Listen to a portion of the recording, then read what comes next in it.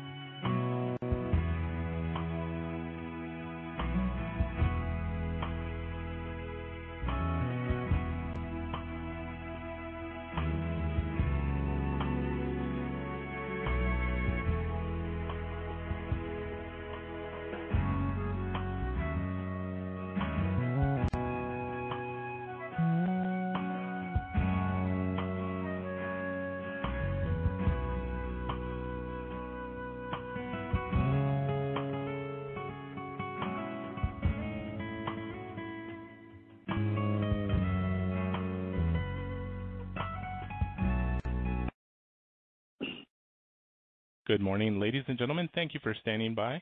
Welcome to the Cipher Pharmaceuticals first quarter 2022 results conference call. At this time, all participants are in a listen-only mode. Following today's presentation, instructions will be given for the question and answer session. If anyone needs assistance at any time during the call, you may press the star followed by the 0 on your push-button phone. As a reminder, this conference is being recorded today, Friday, May 13th, 2022. On behalf of the speakers that follow, listeners are cautioned that today's presentation and the responses to questions may contain forward-looking statements within the meaning of the safe harbor provisions of the Canadian provincial securities laws. Forward-looking statements involve risks and uncertainties, and undue reliance should not be placed on such statements. Certain material factors or assumptions are implied in making forward-looking statements, and actual results may differ materially from those expressed or implied in such statements. For additional information about factors that could cause results to vary, please refer to the risks identified in the company's annual information form and other filings with Canadian regulatory authorities. Except as required by Canadian securities laws, the company does not undertake to update any forward-looking statements. Such statements speak only as of the date made. I would now like to turn the call over to Mr. Craig Mull, Interim Chief Executive Officer of the company. Please go ahead, Mr. Mull. Thank you, operator, and good morning, everyone. Joining me today is Scott Langell, Cipher's CFO, and Dave Miller, the company's VP of Finance. On today's call, I will make opening remarks before passing the call over to Scott to review the financial results in detail. Following our prepared remarks, we will open the call for your questions. Note that all amounts are in US dollars unless otherwise stated. Cipher's first quarter results delivered a meaningful increase in profitability, highlighted by a 60% increase in our earnings per share. Our strong results have been driven by our reduced cost structure in addition to improved distribution and supply agreements. Through 2021 and continuing into 2022, a key focus for Cipher was to negotiate the extended distribution and supply agreements with key partners for the company's portfolio. with an emphasis on improving visibility and long-term profitability. During the first quarter, Cipher announced an extension of the distribution and supply agreement with Sun Pharmaceutical Industries through December 31, 2026. The extension will provide Cipher with an additional 4 years of visibility into stable revenue and cash flow on the isotretinoin portfolio. In March, the company's partner, Moberg Pharma, submitted a regulatory filing for the next clinical phase 3 study for MOB-015 to the U.S. Food and Drug Administration. Cipher holds the exclusive Canadian rights to MOB-015. MOB-015 is a product to treat an infection of the nail that causes discoloration, thickening, and separation from the nail bed. In Canada, the total prescription market for this form of nail infection was greater than $75 million Canadian as of December 31st, 2021, with a single product having 90% of this market share. We are pleased to see the continued progress that Moberg is making to commercialize MOB-015. The product is showing promising results, and we look forward to competing in this large market with an innovative topical product that would provide a new, safe, and effective treatment option for many Canadians who suffer from this nail infection. First quarter results showed relatively stable revenues as we continue to transition through the launch of Absorica AG. Product revenues increased 24% to $3.3 million compared to $2.6 million in the prior year, while licensing revenue declined to $2.1 million from $2.8 million in the prior year. Product revenue continues to be driven by the strength of Epuris, which generated $3.1 million in revenue during the quarter, an increase of $0.6 million from the prior period. Licensing revenue for Absorica was $1.4 million compared to $2.3 million in the comparative period. Currently, in our isotretinoin portfolio, Cipher is receiving royalties from Sun Pharma for the branded product, Absorica, the authorized generic, as well as Absorica LD. In addition, we recently announced an extension of this partnership from November 30th, 2022 through to the end of December 2026 for Absorica AG, which will extend our revenue and cash flow stream of this portfolio. Overall, Cipher has assembled an attractive portfolio of assets beyond our currently marketed products and will continue to move these products towards commercialization. These products include, as mentioned previously, the MOB-015 product from Moberg, the tattoo removal product, DTR-001, which is showing encouraging results in proof of concept studies, and lastly, a product from Can-Fite, which is a psoriasis product, is currently undergoing a clinical trial called the Comfort Study. We are waiting for results on that study, but from what we've seen so far, it has been very encouraging. Our balance sheet now has $21.9 million US in cash and no debt, placing Cipher in an excellent position to continue to execute on the normal course issuer bid and to actively pursue product and business acquisitions in a prudent manner with a focus on near-term profitability. In addition, extending our relationship with Sun Pharma provides an additional 4 years of visibility on the isotretinoin portfolio. With disciplined cost reductions and the extension of the agreement with Sun Pharma, we believe that Cipher now has a stable runway for growth. Aligned with our stated strategy, we remain focused on identifying and evaluating profitable product and company acquisitions that will accelerate our growth and drive shareholder value, and are continuing to build cash reserves in anticipation of such transactions. We are excited about legacy assets and are evaluating a number of products which look very compelling. I will now turn the call over to Scott for a financial review. Scott? Thanks, Greg, and good morning, everyone. I will provide a financial update for our first quarter results. Total revenue was $5.4 million in the quarter compared to $5.4 million for the comparative quarter.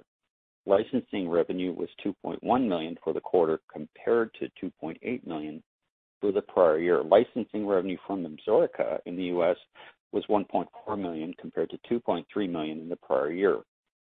Absorica and the authorized generic version of Absorica market share for the 3 months ended March 31st, 2022 was approximately 4.3% compared to approximately 4.2% for the prior year, according to Symphony Health.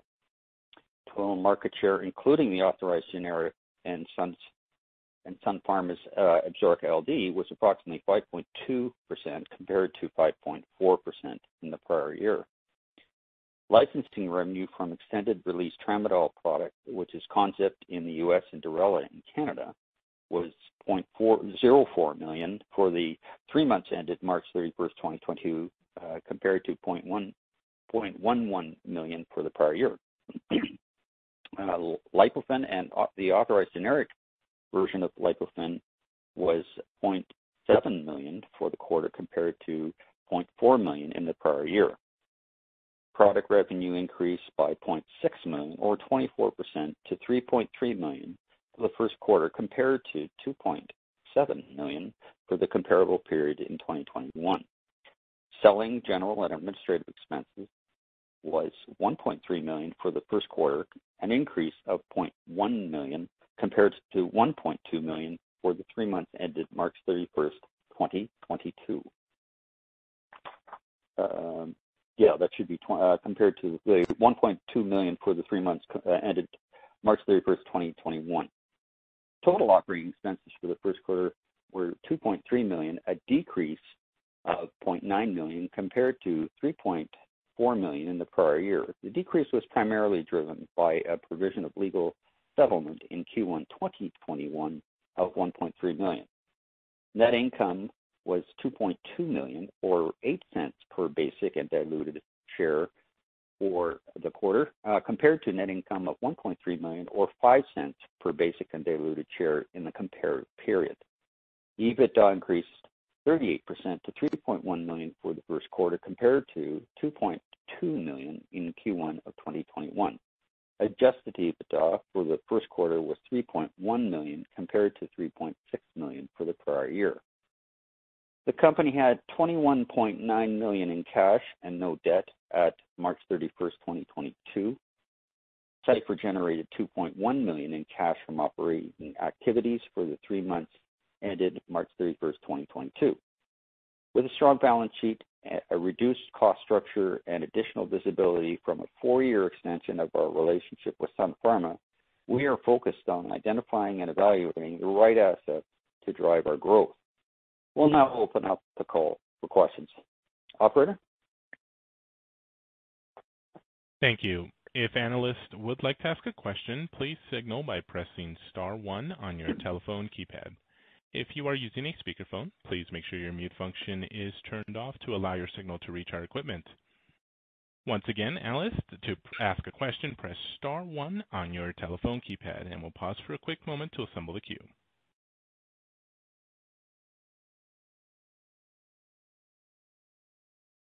Once again, that is star 1 for a question, and we will hear from Doug Lowe with Leede Jones and Gable. Please go ahead. Thanks, operator, and good morning, gentlemen. Congratulations on the quarter. Craig, just wanted to return to a theme that I brought up on prior conference calls, just with regard to pricing on Absorica versus Epuris. I mean, Epuris strength is clearly escalating, and its pricing in Canada is a little bit approximated by other isotretinoin alternatives. So I was just wondering if you and or Sun and or both of you have sort of taken the time recently to revisit pricing strategy to see if you wanted to capture higher market share at the expense of perhaps reducing price. So that's just pricing strategy there would be helpful. And then my second question, just with regard to your cash flow, it looked like you're carrying a fairly sizable receivables deficit in the quarter. You don't have a history of receivables deficit, so just wondering if there's anything special in there, if we can expect that to flip back to a surplus as soon as next quarter. That's it for me. Thanks. Okay. Hi, Doug. Thanks for joining the call. I'll answer the first question, then I'm going to refer the AR question to Scott and Dave. On the pricing, and I'm we're assuming that you're talking about the pricing for Absorica versus Epuris. Is that correct? Correct. That's correct, yeah. Yeah, so we're in constant communication with Sun on this strategy. And, part of the pricing is dictated by what our competitors are doing in this particular segment. But there is a chance that we might be able to gain more market share by introducing perhaps a slight reduction. But the problem there is that our competitors can quickly match that. So I'm not sure that would be a long-term strategy, but it is an area that we are in discussions with Sun about. And with the AR, Scott, would you have some input? Yeah, Doug, I don't think there's anything unusual in there. It's just timing of payments from our royalty partners. So there's nothing in there that is abnormally. So I would expect that obviously that'll be reduced through payments from the licensed partners. But I would remind you that Sun Pharma's year-end is March 31st, so that may be a factor as well. Perfect. Good feedback. Thanks, Vince. That's it from me. Thank you. And once again, as a reminder, if you'd like to ask a question, press star 1 at this time. And there are no additional questions in the queue. I'll turn the call back to Craig Mull for closing remarks. Thank you for joining us today. We look forward to reporting on our progress throughout the balance of 2022 as we execute on the priorities discussed today. Thanks again for your time, and hope to speak with you soon. Thank you. And this concludes today's call. We thank you again for your participation, and you may